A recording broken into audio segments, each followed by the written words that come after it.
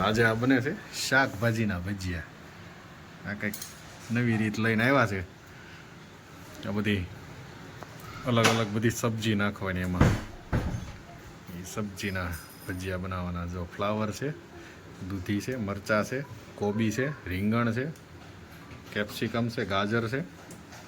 આ બધું એડ કરીને આના ભજીયા કંઈક બનાવવાના છે.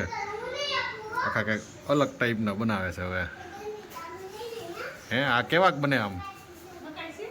સરસ બને. હજી મકાઈ નાખવાની છે. હા, મકાઈ આવશે. આમાં મકાઈ, આદુ મરચી આવશે. હા, જો આ મકાઈ આવી ગઈ, આદુ મરચી આવી ગઈ.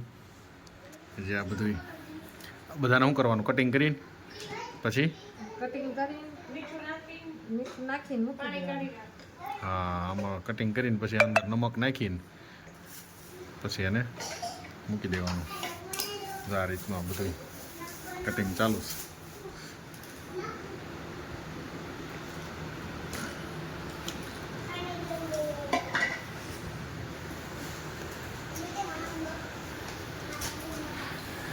કોબીને જો આ રીતની કટિંગ કરીને આ બધું હવે મિક્સ કરીને હું તો પહેલી વાર ખાઉં છું ભાઈ. હવે બનાવે છે આ. હવે ખાધા પછી ખબર પડે કેવું લાગે છે. હા, ભજીયા થઈ જાય છે કે ભાજી થઈ જાય છે કે હવે આખું બને કમ્પ્લીટ થાય પછી ખબર પડે. આને ખાવાના છે ને યાર આંબલીની ચટણી. તો કાંઈ વાંધો નહીં, હાલો હવે આગળ જોઈએ આપણે. હવે હું આવડા લોકો કરે છે કંઈક આગળ નવું આવે એટલે આગળ તમને નેક્સ્ટ બતાવું છું પાછો.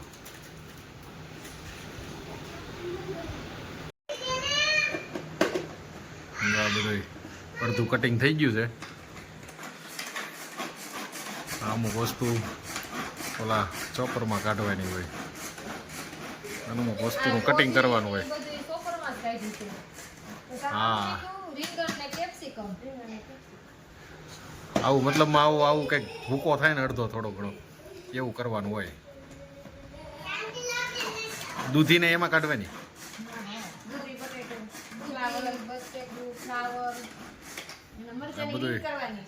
આ બધું આને છે ને જાવું કંઈક ઝીણું ઝીણું થાય ને એવું કરી નાખવાનું.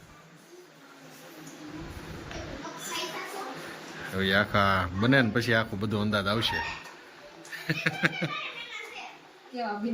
હા હા, જો દૂધીને આવા ટુકડા કરીને પછી એને ચોપરમાં કાઢી નાખશે એટલે ખરખા ટુકડા બધા ઝીણા ઝીણા થઈ જાય.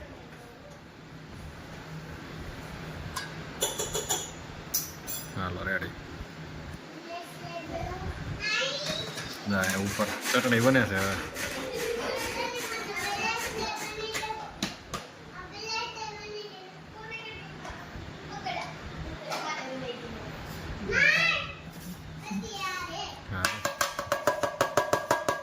શું આવ્યું રે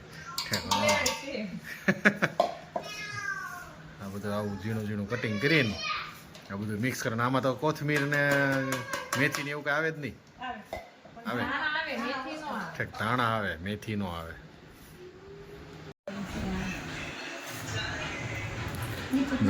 મરચાનું કટિંગ ચાલુ છે.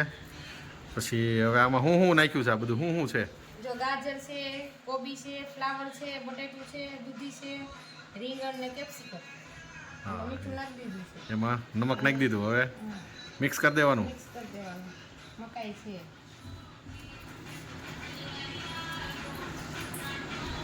મકાઈ નાખવી પડશે. મકાઈ દેખાતી નથી. મકાઈ આછી પડે. પાણી થઈ જાય તો કાઢી લેવાનું. થોડીક મકાઈ એડ કરી દો.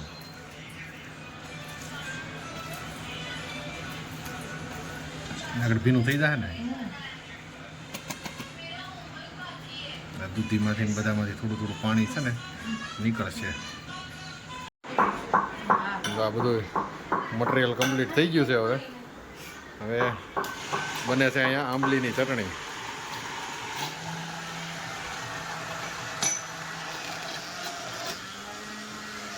આંબલીની ચટણી અત્યારે કમ્પ્લીટ થાય છે. બાકી બધું મટીરિયલ કમ્પ્લીટ ગોઠવાઈ ગયું છે. હવે પહેલો વારો બટેકાપુરીનો આવશે. પહેલાં બનશે બટેકાપુરી.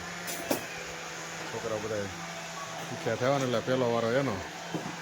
એની પછી આપણે જે મિક્સ વેજ ભજીયા કે નવા જ પ્રકારના આખા બનાવવાના છે એ બનાવવાના ચાલુ થાય.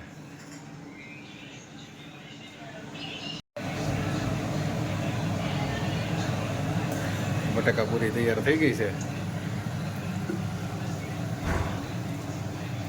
અને આ લોટ બંધાય છે આપણે વેજીટેબલ ભજીયા માટેનો.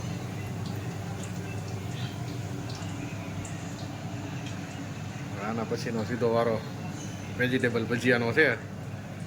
આ થઈ ગઈ છે રેડી બટાકા પૂરી.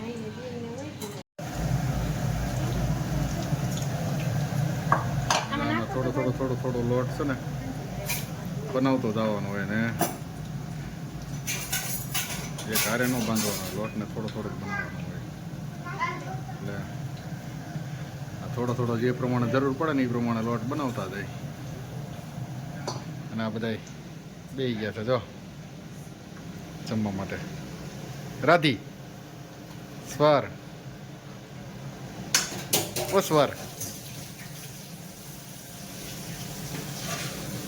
ધની બેસી ગયા છે બધા. હવે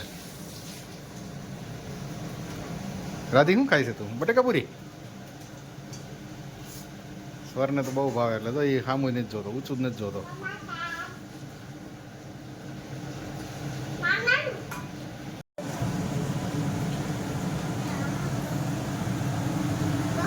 ભજીયાને છે ને આમ તો કુંભણિયાની જેમ જ પાડવાના હોય એક રીતના, ધીરે ધીરે અલગ અલગ છૂટા પાડીને એ રીતે જ પાડવાના હોય.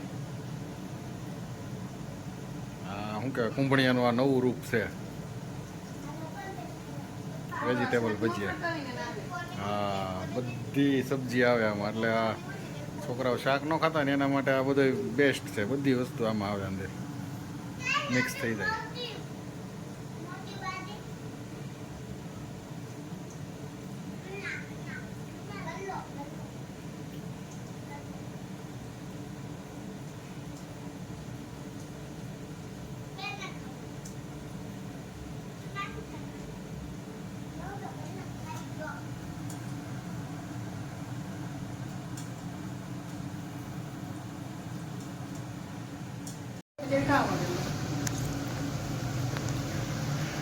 રાધી એમ કે માથ આડો રાખ્યો છે.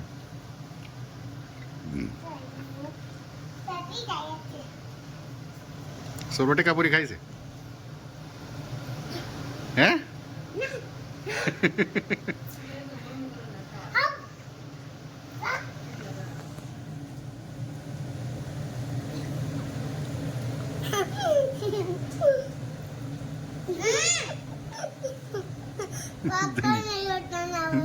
ધની ખાઈ છે તો ગોપી ખાઈ છે. પણ સ્વરને ઉતારો લે ને સ્વરને ઉતારો.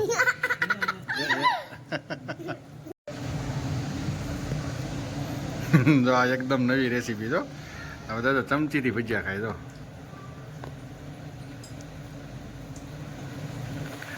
આખા અલગ ટાઈપના જ ભજીયા તો ચમચીથી ખાવાના તો, કારણ કે એક ઝીણા ઝીણા તમારા હાથમાં ન આવે. સીધી ચમચી મારવાની, ચટણીમાં બોળવાનું અને પછી ખાઈ જવાનું.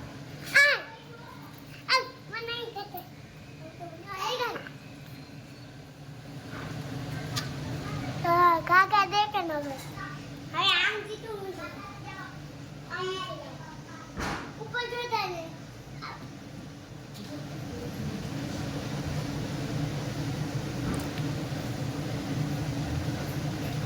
ઓલી ભેળ ખાતા હોય ને એમ ખાય છે ચમચીથી હો.